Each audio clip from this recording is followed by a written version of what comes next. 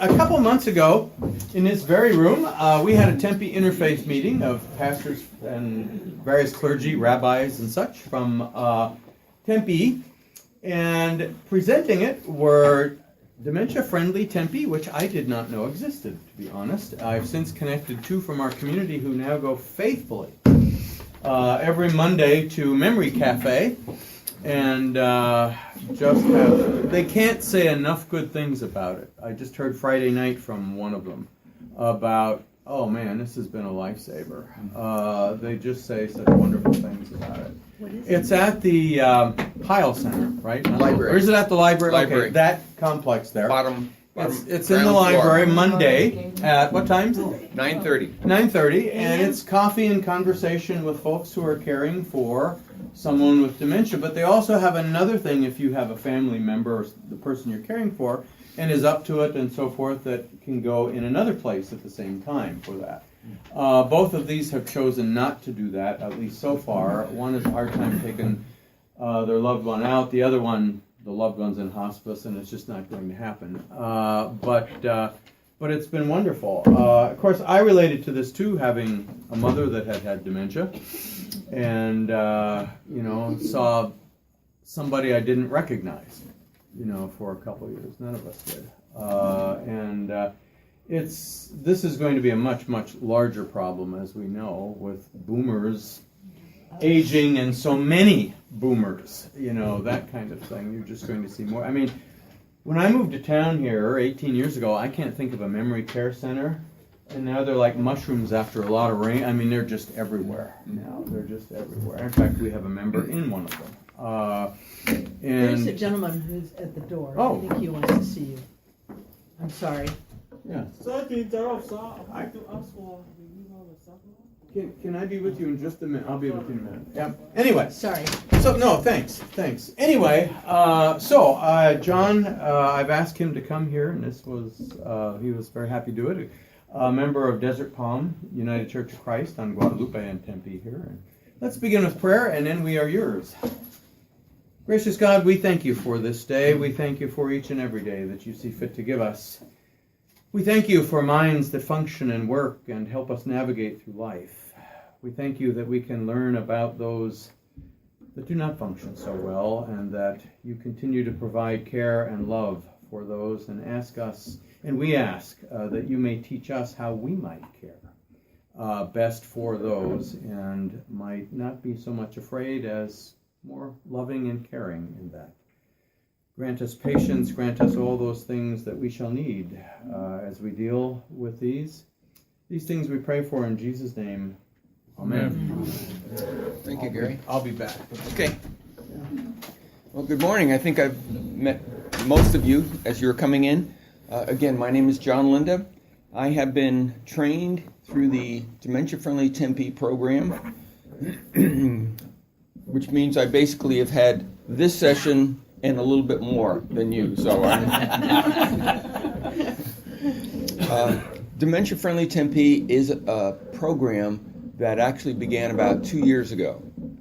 And it's part of a much larger program that was started in the United Kingdom, in England, several years ago. They have, believe it or not, 2 million people in England who have gone through this 1 hour information session that you folks are going to be going through. 2 million people. So they are really committed to it. I should say that just because a person is getting older does not mean you're going to get dementia. The odds increase, but there's not a direct causal relationship there. Good morning.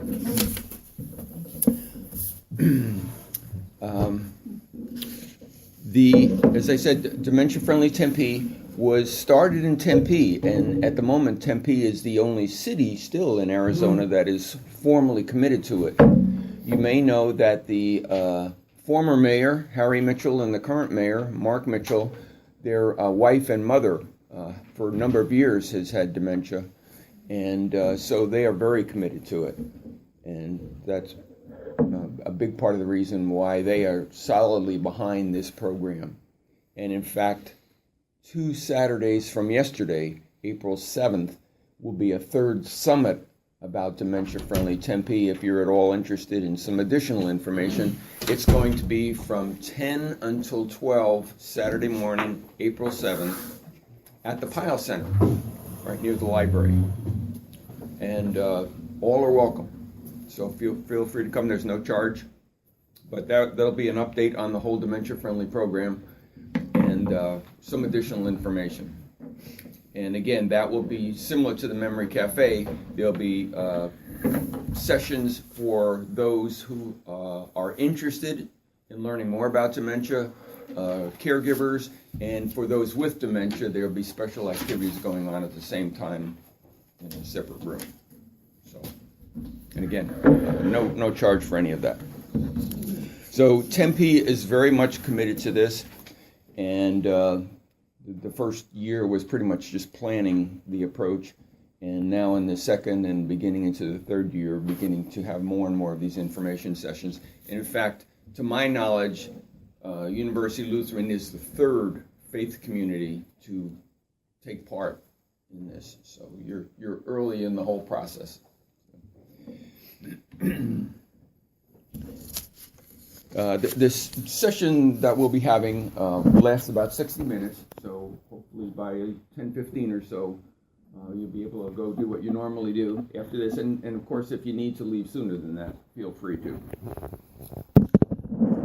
And at the end of the session, hopefully you'll understand a little bit more about dementia, and also hopefully be willing to maybe do one small thing that would help somebody who has dementia or a caregiver who is working with a loved one who has dementia. First thing I'd like to do is just ask you, when you hear the word dementia, what do you think of? What pops into your mind? Yes? I want to know the difference between dementia and Alzheimer's. Okay, we'll get to that. Memory loss is what I think of. Okay. Anything else when you hear the word dementia? Becoming someone that you weren't. Mm-hmm. I don't know how to quite say No, that. that's said very well. Frustration. Mm-hmm. Fear. Mm-hmm. You know, if it runs in the family, it's like, uh-oh. Yeah, fear of getting older or something Yeah. like that too. Yeah. And are these words more positive or more negative? Negative. Yeah. Always.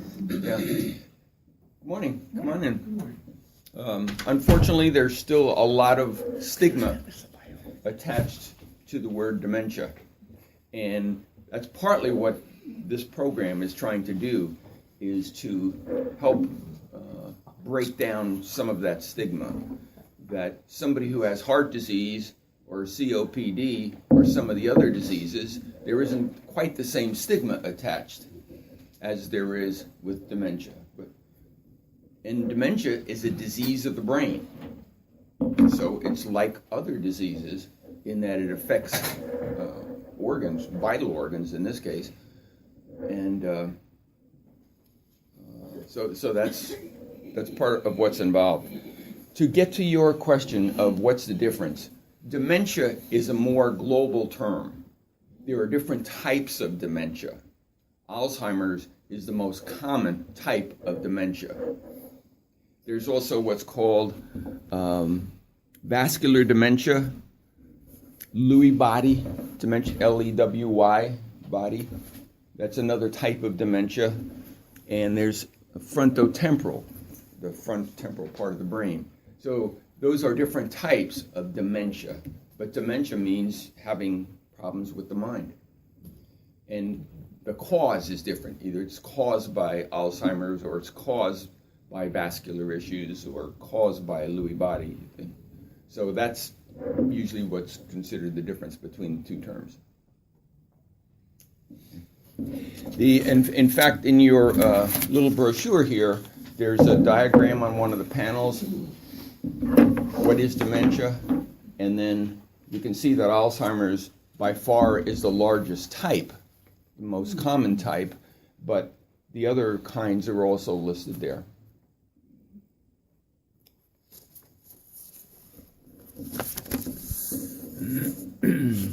Dementia Friends is, as I started mentioning, a program that started in the United Kingdom a number of years ago, and is now in, I believe, 8 states in the United States, including Arizona. And Tempe is the first city to really take this on. There needs to be, bless you, there needs to be an organization that accepts and uses the copyright for these materials. And so Banner Alzheimer's Institute has stepped up and taken that. However, the only thing I think you'll see on any of this that is banners is the sign-in sheet, I think, on the top of that said Banner's Alzheimer's Institute. Otherwise, we're not pushing Banner's Alzheimer's Institute at all, and they aren't either. They're just sort of the conduit for this to happen. And we're grateful that they did that. And that includes funding, right? I mean, money-wise? Or does Tempe pay for this? Tempe does support it a little bit financially. There are 2 people who are paid. I'm a volunteer. Anyone else doing this training is a volunteer. They have sought grants because Tempe doesn't fund it very much. Although they support by printing the materials and that sort of thing. But they are seeking grants constantly. And for this summit on April 7th, they are seeking grants, companies to step up and provide funding for refreshments and that sort of thing. So if you know of anyone, any company that might be interested, they would be glad to talk to them. Okay. The next thing we're going to do is, on your worksheet, the third panel is 10 early signs and symptoms of dementia. I'm going to talk about that a little bit.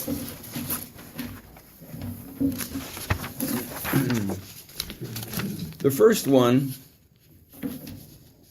is the first sign of memory loss that disrupts life. Okay? And one of the most common signs of Alzheimer's and any type of dementia is memory loss, forgetting recently learned information. I used to be director of an adult daycare center, and I was amazed that people who couldn't put a coherent sentence together if they had to, when we had musical groups come in, they could sing songs from the 1920s, 1930s. So part of their brain is still working, but the part where more recent information and remembering names and faces is gone. And but that just goes to show, I guess, the complexity of the brain is that some parts are totally gone, and yet other parts of the brain are still working.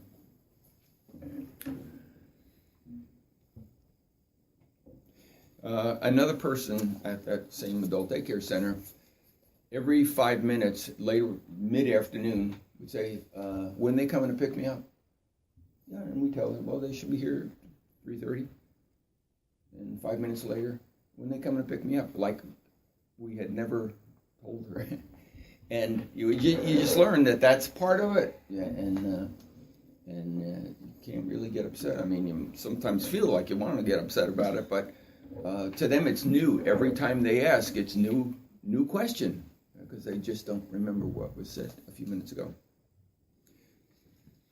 Now, we all sometimes forget names or appointments, but we remember them later. People with dementia will never remember it. The second sign is challenges in planning or solving problems. There can be gradual changes in the ability to develop and follow a plan or working with numbers. They may have trouble following a familiar recipe that they have worked with for years and years, or keeping track of monthly bills. Now, what's normal is that occasionally we all make errors when balancing a checkbook. Most of us anyhow. There may be a few who never make errors, but Third sign is difficulty completing familiar tasks at home, at work, or at leisure. They may have trouble driving to a familiar location, or managing a budget, or remembering the rules of a familiar game. We used to play a game called Hand and Foot, I don't know, card game, with some very dear friends. And he was an accountant by trade, and insurance and actuarials and all that, very good with numbers. And I remember about 4 years ago, he started saying, and he would always keep score. And at one point he said, "John, would you mind keeping score?" That was the first sign for me that he was having a problem. Indeed, he did wind up having dementia. Lewy body dementia, in fact, not Alzheimer's type. The fourth sign is confusion with time and place. People with Alzheimer's or dementia can lose track of dates and seasons in the passage of time, forget where they are and how they got there. Sometimes we get confused about what day of the week is it, but we'll remember after a while with something that'll cue us. Fifth sign is trouble understanding visual images and spatial relationships. Difficulty reading, judging distance, determining color or contrast. Now this is a tricky one because normally with aging, many of us will have changes in vision because of cataracts or glaucoma or those kinds of things which can be taken care of. But if it's because of dementia, chances are they're not going to be able to do anything about that. The sixth sign is new problems with words in speaking or writing. They may have trouble following or joining a conversation, may stop in the middle of a conversation and have no idea how to continue. That would be a sign of dementia. Now, normal aging would be sometimes we have trouble finding the right word. We're kind of searching, but usually we'll come up with it at some point. Another sign of possible dementia is misplacing things and losing the ability to retrace steps. May put things in unusual places, and some of you were here when Gary mentioned earlier that he's heard several instances where people have found keys in freezers, car keys, house keys, in freezers. And the person with dementia doesn't remember putting it in there, and of course can't tell you where they are if you ask them, "Have you seen my keys?" Because they just don't remember any of that. Now, normal would be misplacing things from time to time, such as a pair of glasses or remote control, but you can retrace your steps and find them at some point. Another sign of dementia is decreased or poor judgment. You may use poor judgment when dealing with money, giving large amounts to telemarketers. Somebody will call up on the phone and say they need money or a magazine subscription or something, and they'll just give them money because they were asked for it. And many of us have made bad decisions with money at some point, but we don't do it routinely, hopefully.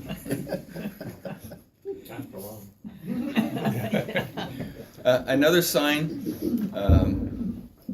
is withdrawing from work or social activities, and this is a key one. Someone who may have been very involved socially start to remove themselves from hobbies or social activities because they feel uncomfortable. And so they gradually step back, which is unfortunately the worst thing they can do,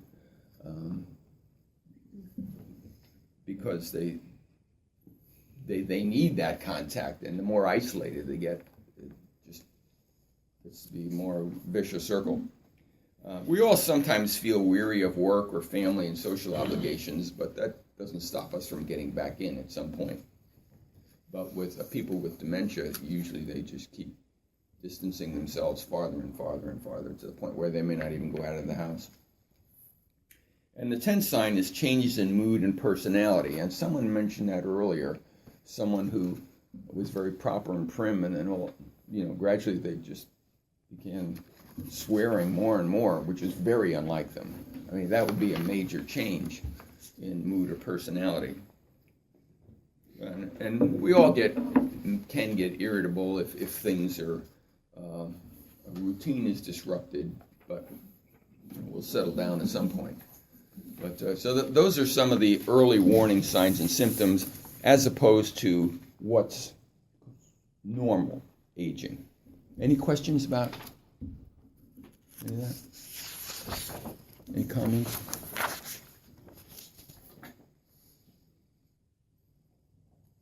Long-term memory sometimes seems to be so good. Mm-hmm. With one we have here, I just talk about the old days, Mm-hmm. and they seem to enjoy it. Mm-hmm. Yes. Well, as I mentioned, similar to that is remembering songs from the 1920s or 1930s, the words to them. The same woman who I mentioned earlier couldn't put a coherent sentence together, but she would sing. She was kind of irascible. I don't know what she was when she was younger, but just when she was older, she'd have her set chair. She would come to the adult daycare center 5 days a week because her daughter, who she lived with, was a teacher. So the daughter would drop her off like 7:30 in the morning, pick her up 4:30, 4:45 in the afternoon. And Marion, everybody knew Marion had a favorite chair where she'd sit. And anybody who attempted to sit in that chair, the whole staff, everybody in the center knew about it if that happened. But yet, when somebody would bring in a baby, she'd want to interact with the baby in some way. And, so she'd go from this irascible, really kind of nasty woman to someone just so tender and compassionate with the baby. And it's just amazing to see that transformation. And again, parts of the brain are working, but other parts are gone. John, there was a CBS Sunday Morning, which I'm addicted to, last week had on about the mind. And they had a gal who had early onset Alzheimer's. And they talked about the fact that she was developing new skills, and it helped her. And the skill that she was developing was painting. And you saw that too. And it was transformative to her. And they said that sometimes Alzheimer's patients almost become savants. Wasn't that it? Yeah. It was a new skill. She never painted before. Never anything in her life. No. And because of Alzheimer's, or as an end result or something, she had this new skill that brought her pleasure. That's Is wonderful. that common? No, it's not common. Partly. It didn't say that. Partly, I think, because I'm not an expert in Alzheimer's by any means. I'm not a nurse. I think partly why that may be is because it's a new skill, and I've lost my thought that I was going to say.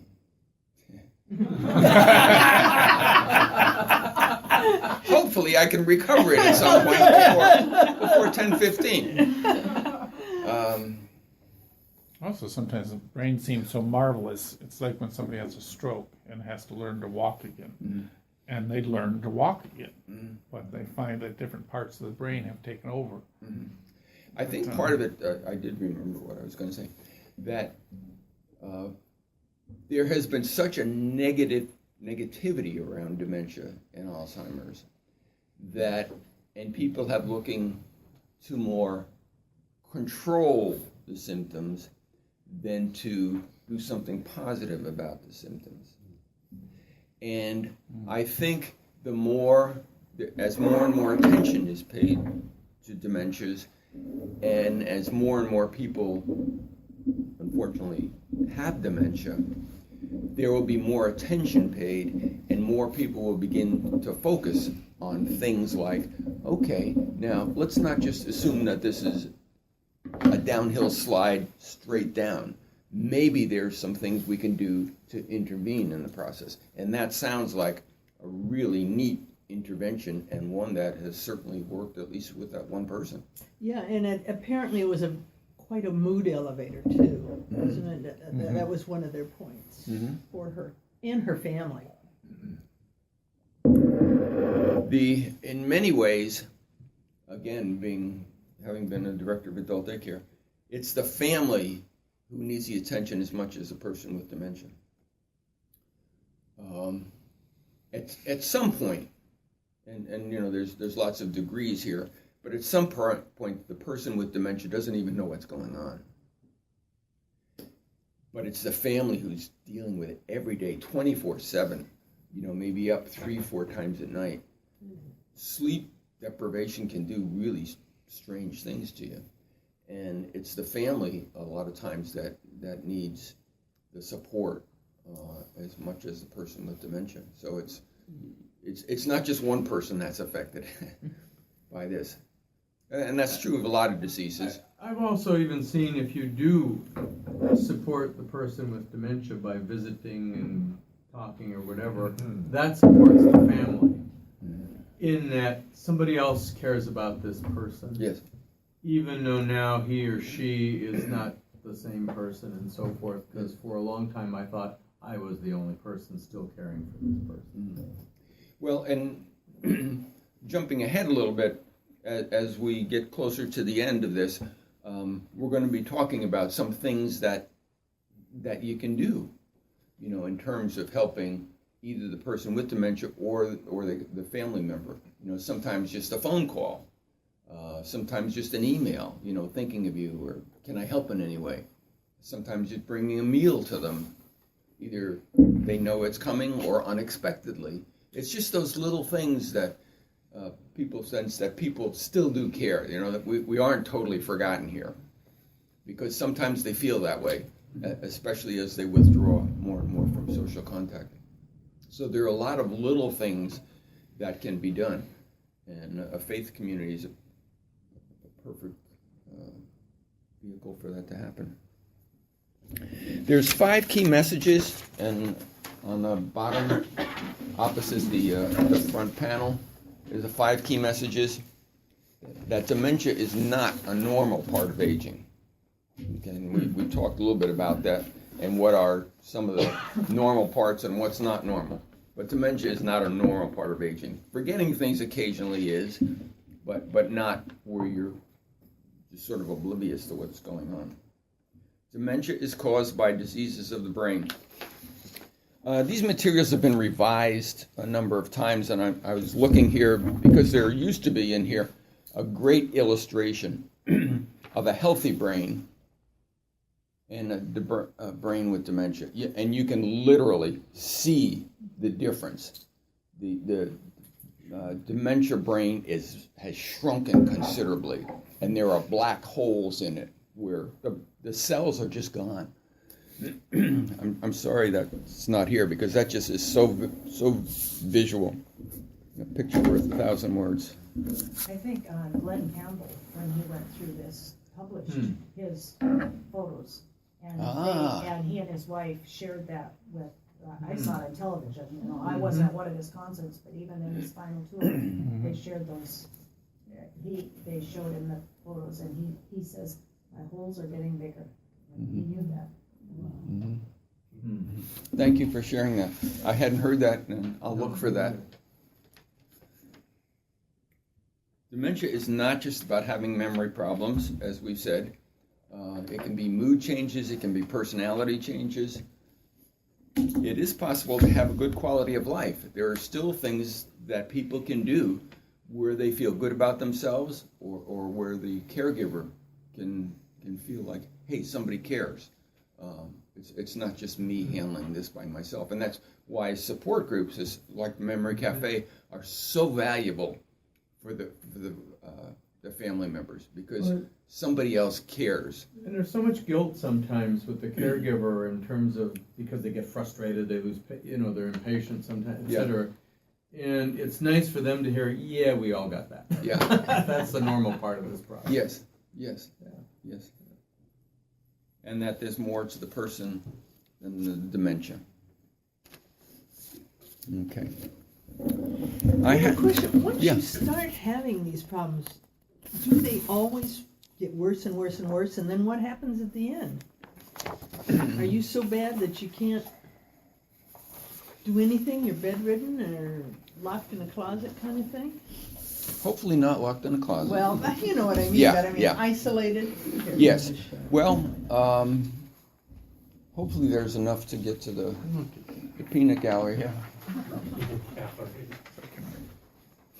I'll just kind of overlook, yeah. Yes, at some point, if other physical conditions don't intervene, heart problems or lung problems or stroke, a person can get where they are basically like an infant and have total care. Thank you. When the brain shrinks, does that shut down other systems in the body too? It can. At the end, it definitely would. Yeah, and that's why a person becomes totally dependent. Yeah. If you would just take a couple of minutes and try and match column 1 with column 2. If you have a pen, if you don't have a pen, I guess just try and do it in your head. Go for it. And then I'll fill mine in. Okay, wait.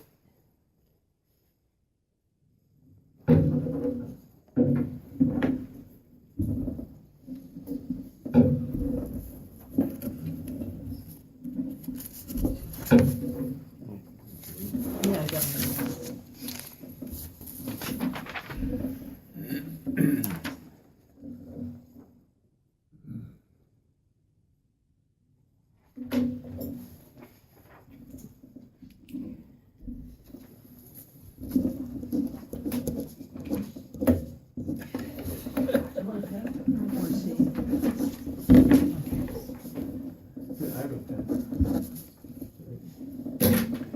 Make them small in case of that.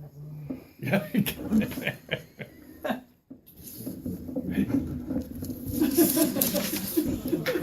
No, I'm all set. Got it.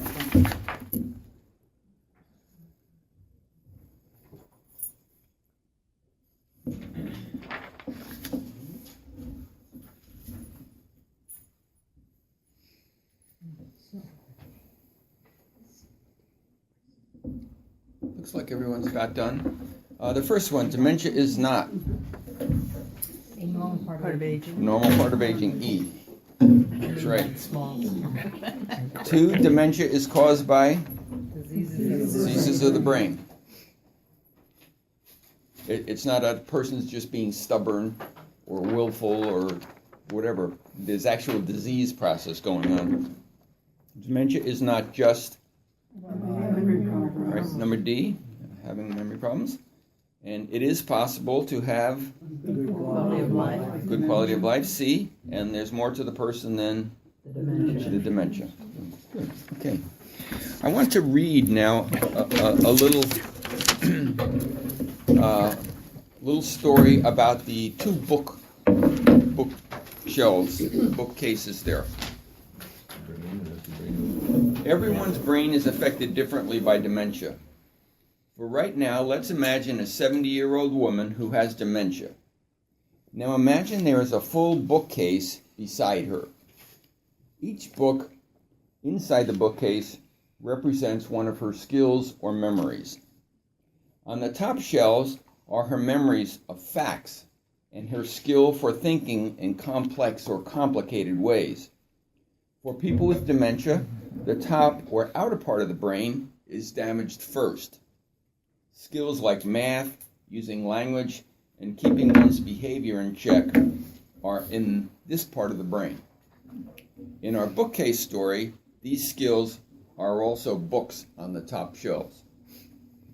When dementia rocks the woman's bookcase, the books on the top shelf begin to fall out. The woman may not remember what she ate for breakfast, although a lot of us have a problem with that, I think. Hope so. Or that she has to pay for the items at the drugstore, or that someone came to visit this morning. Emotions and feelings are lower down within the bookcase, just like they are in the lower or inner part of the brain. This is the instinct area of the brain. Feelings like love, happiness, frustration, and sensing respect reside here. As dementia continues to rock her bookcase, the books on these lower shelves will stay for a much longer time. The bookcase story helps explain different thinking skills and memories and the effects of dementia. Facts and complex thinking will fall away quickly. Emotions and feelings will remain longer. So you can see that if a person with dementia gets a visit by son or daughter or grandchildren, and they're having a discussion, but then there becomes some issue that's an argument. After a while, the son or daughter or grandchildren leave, and the woman with dementia just knows she has a bad feeling about something. Doesn't remember what the discussion was. And that's because the emotions stay much longer than the facts. So she will have just kind of a bad feeling, negative feeling, and she doesn't know why, but she's stuck with that feeling, and the people who helped stimulate that feeling are gone. And oh, okay. Okay. That's amazing. New insight, actually. Yeah. And so that just goes to show the power that each one of us has for good or not so good, So with somebody- each other, even Yeah. and with people with dementia. So somebody who was a pretty jolly person becomes a very angry person. Is it possibly because they have a lot of these feelings from some of their own frustration and not being able to communicate and Absolutely. that kind of stuff? Yes. And then it just comes out in these other... Especially in the early parts, Yeah. in the early stages, where you kind of know what's happening. I mean, you kind of sense you're losing things. You get farther along, you don't even know Right. what's going on. But especially in the early stages, you know things aren't right, that something's going on here, and you are frustrated, you are angry, that you can't do what you used to be able to do. That's exactly what's going on. Is the timeline from beginning of seeing issues to that kind of totally gone, is that a standard amount of time, or is it very, very variable? Varies a lot. For some people, it unfortunately can go on and on for years and years and years. Other people, it's a much quicker process. It unfortunately, I don't know, unfortunately or fortunately, but it's variable, just like stage of any disease. Depends on other conditions, other organs, other health of the body. Is that dependent upon the type of dementia, or is it pretty much across the board on dementia? Pretty much across the board. Yeah. They pretty much know what the stages are, but you can take a long time to go through the stages or a short time to go through the stages. And not, excuse me, just one other thing. Not everybody goes through all the stages because some other health conditions might intervene where you never get to the end stage. Something else ends.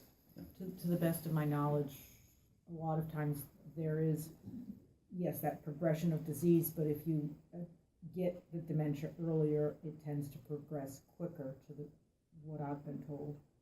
And then if you get the disease later, it progresses longer. It takes a longer time to get to the next stage. I don't know if that was what I don't know, to be honest. I haven't heard that, but it may be true. I just don't know. I should ask more of the experts if that's true. Yeah. So that I have an answer for that. The next thing I would like you to do is take these sheets of paper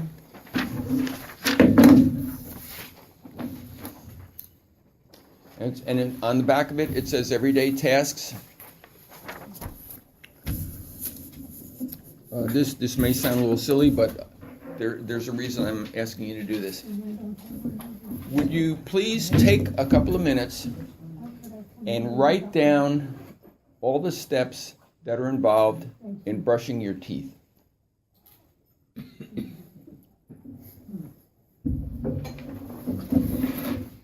Go ahead.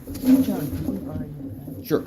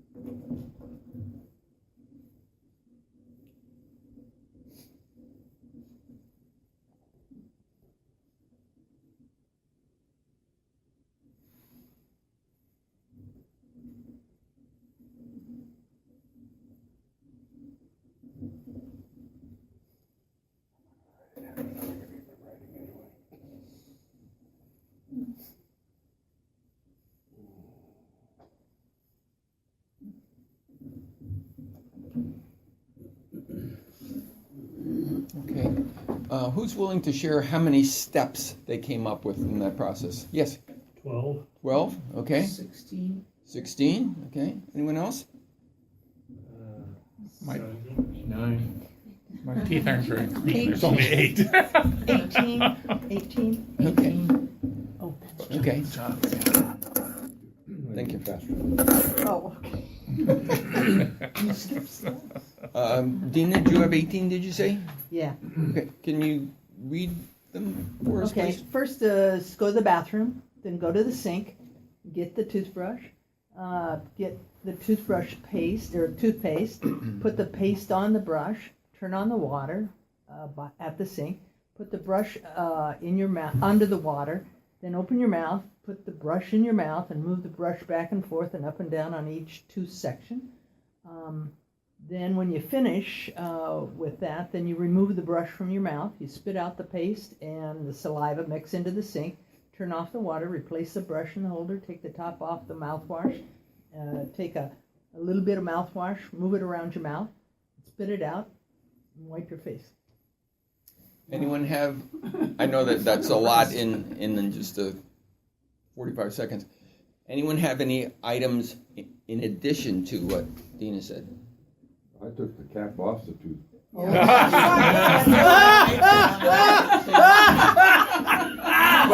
When you leave, turn off the lights. Put the cap back on the toothpaste. I didn't do that. Yeah, that's good. That is good. I didn't write anything down, but my first step would have been making the decision or realizing that I needed to do that. Mm-hmm. That was my first thing, was decision to brush teeth. Mm-hmm. Oh, all right. The reason I asked you to do this little exercise is to show you that what we take for granted is actually a series of, whether it's 9 or 12 or 15, multiple steps that are involved in a simple task like brushing your teeth. And so to tell somebody who has a disease of the brain, brush your teeth, isn't very helpful. Because what exactly does that mean? It can mean 15, 16 different steps. And any of those steps can be important in the process. If you don't take the cap off the toothpaste, you're not going to get any toothpaste. And I know it's kind of a trite example, but it just goes to show, I think, that there are a number of steps that we all kind of take for granted. And just say to somebody as simple as, would you go brush your teeth? That's asking a lot of somebody whose brain is all mixed up. And there's many other things that if you're a caregiver of someone who has dementia, and I guess none of you in the room are, but you can appreciate what a family member has to go through in order to make themselves clear to hopefully be understood by the person with dementia. And you wouldn't start off by saying, now here are the 16 steps you need to follow. You would take them one by one, depending on what phase the person with dementia, what level they were at. I mean, they might understand some of this, but they may not understand any of it. And so that, again, it just goes to show that many of the things we take for granted and do automatically really are a whole series of individual steps that we don't even realize because we do them automatically. Okay.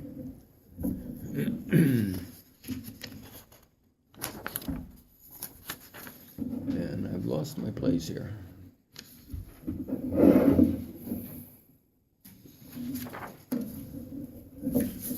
Okay.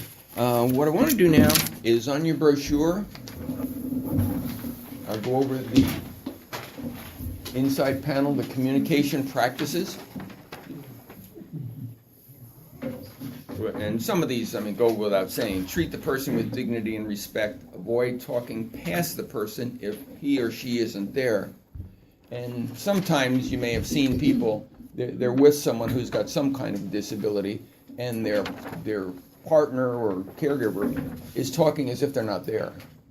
You know, and that can be very disrespectful. Be aware of your own personal feelings. Your tone of voice may communicate your attitude. Use positive, friendly facial expressions. Be patient and supportive. Let the person know that you're listening and trying to understand. Offer comfort and reassurance. If he or she is having trouble communicating, reassure them that it's okay. Take your time. Avoid criticizing or correcting. Don't tell the person what he or she is saying is incorrect. Instead, listen and try to find the meaning of what's being said. Avoid arguing. If the person says something you don't agree with, let it be. And again, this goes back to the visit to a person with dementia and getting them all upset. They won't remember what you're upset about. They'll long after you're gone, though, they know they're upset about something. So try and avoid that if possible. Isn't this really saying with a couple of these, what we try to do is act rationally, and these aren't rational people anymore. Mm-hmm.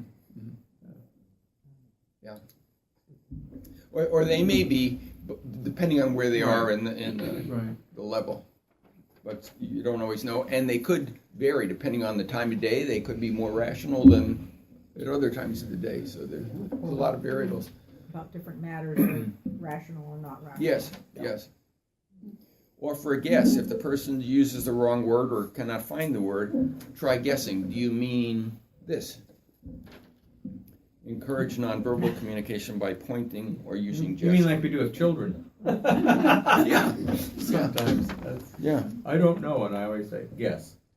Take a guess.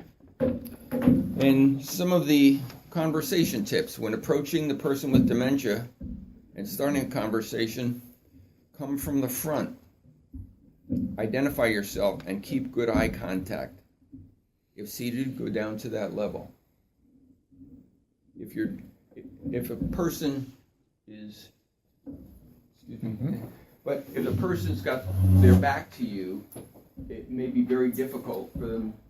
They might hear the words, but they may not know exactly what. Whereas if you can talk directly to them, then you can see if they look like they're understanding, or maybe you need to give them some other cues.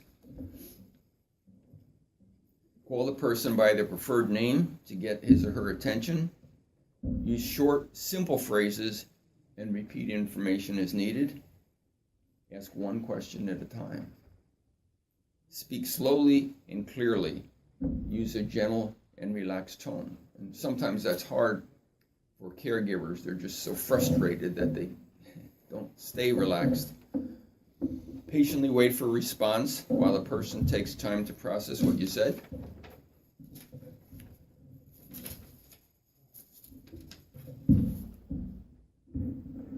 Provide a statement rather than ask a question. Avoid confusing and vague statements. Turn negatives into positives. Give visual cues. Avoid quizzing. Try using written notes or pictures. There's one example in one of the sessions I was at, that person gave,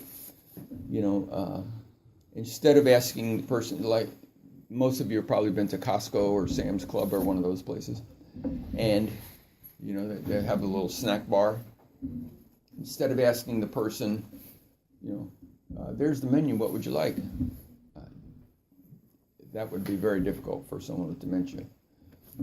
Say, would you like a slice of pizza or would you like a hot dog? And try and keep it simple.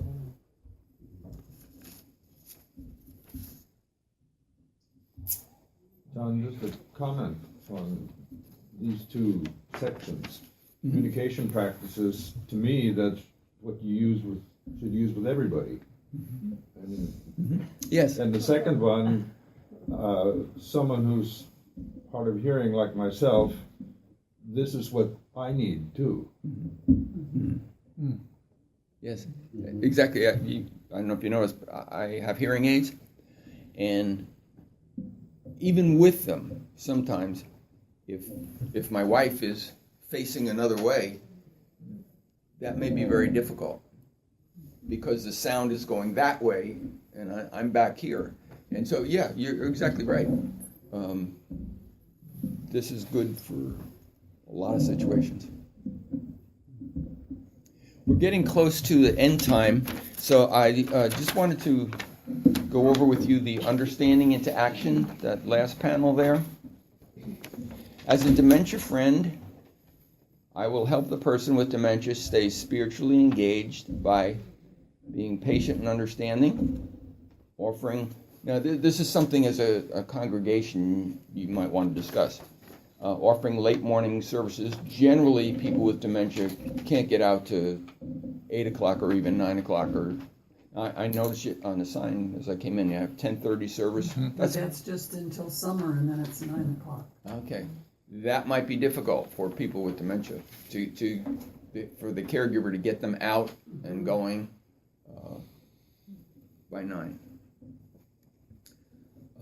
Keeping the services short, simple, and familiar, using familiar traditional songs, hymns, and sacred readings, keeping the person involved in faith practices and traditions that include music and intergenerational programs, creating spiritual connections with familiar prayers, scriptures, or sacraments at home or residential visits.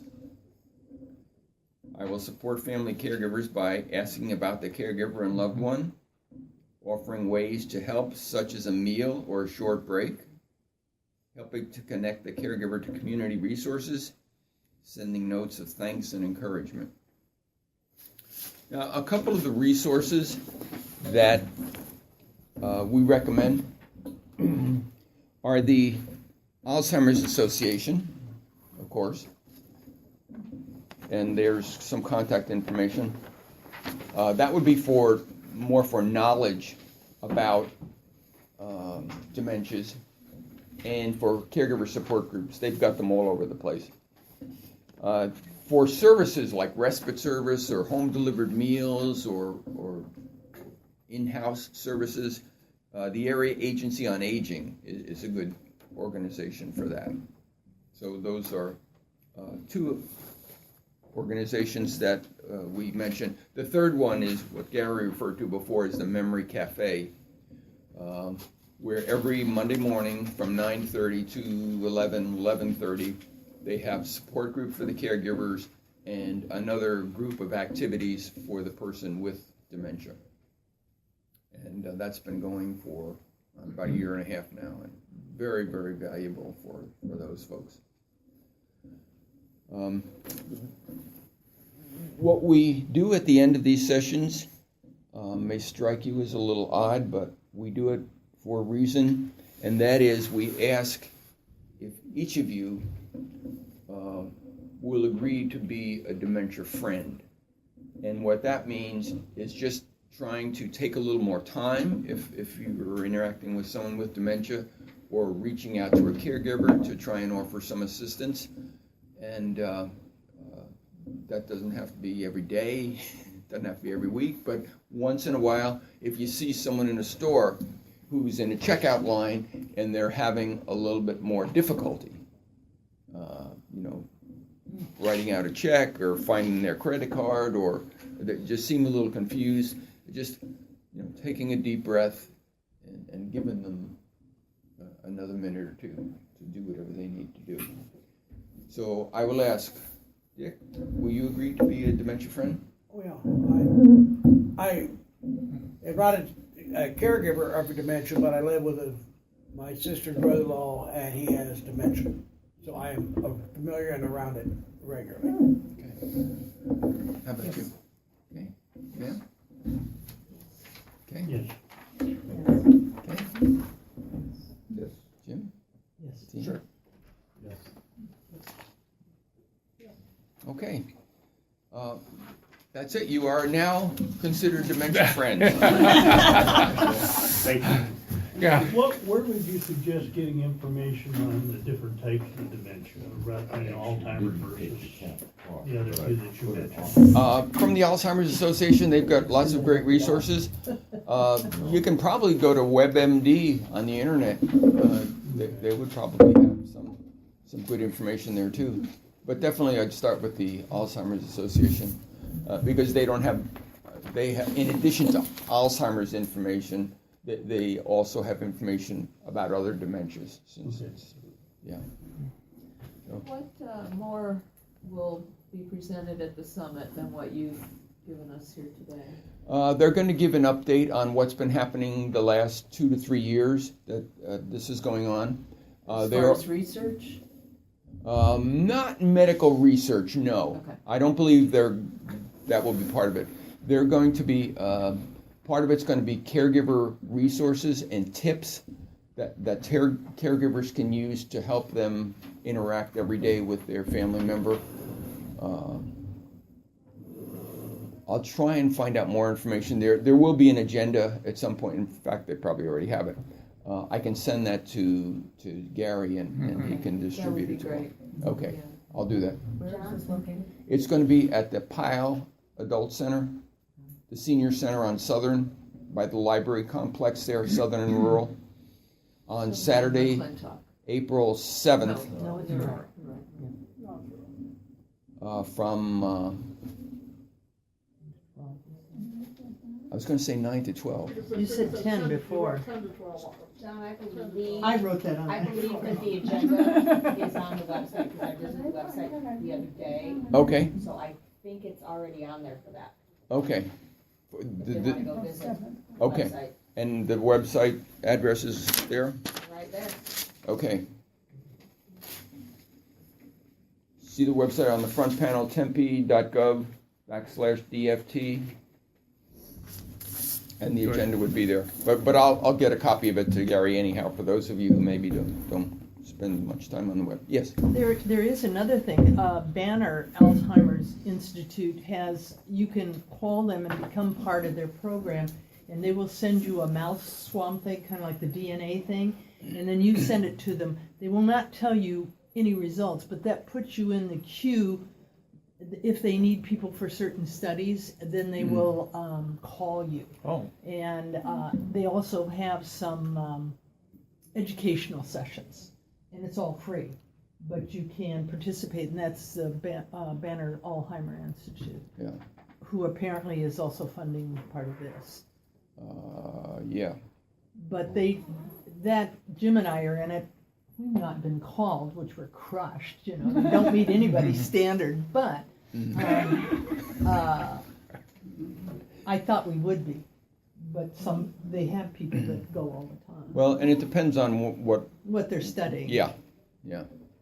Maybe we aren't bad enough yet. Were you going to say something? No, I'm all set. Yeah. Any other? It's 10:15, so Yeah. thank you very much. Thank you very much. I appreciate it a lot.